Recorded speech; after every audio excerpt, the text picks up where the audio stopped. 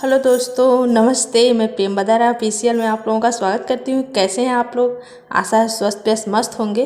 और मैं आज आप लोगों के सामने बहुत ही सुंदर, बहुत ही प्यारा गीत सुनाने जा रही हूँ। जो अच्छा लगे तो लाइक शेयर करिएगा, और चैनल पर नए हो तो सब्सक्राइब कर लीजिएगा।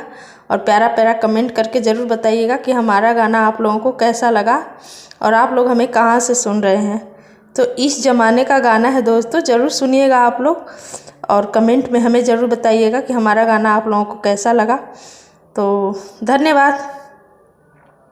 साले का बहिना छिनार कहेली कपार बथता, साले का बहिना छिनार कहेली कपार बथता।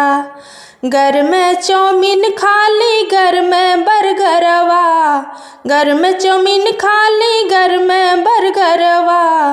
रोज रोज पिज्जाऊ करे ऑर्डरवा, रोज रोज पिज्जाऊ करे ऑर्डरवा। खोजेली पट्ठा भतार कहेली कपार बथता, खोजेली पट्ठा भतार कहेली कपार बथता।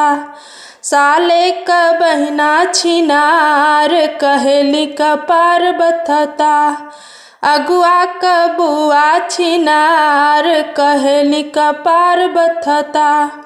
गरम समोसा खाली गरम जिलेबी, गरम समोसा खाली गरम जिलेबी। ऊपरा से पिए शराब कहेली कपार बथता, पिएली इंग्लिश शराब कहेली कपार बथता।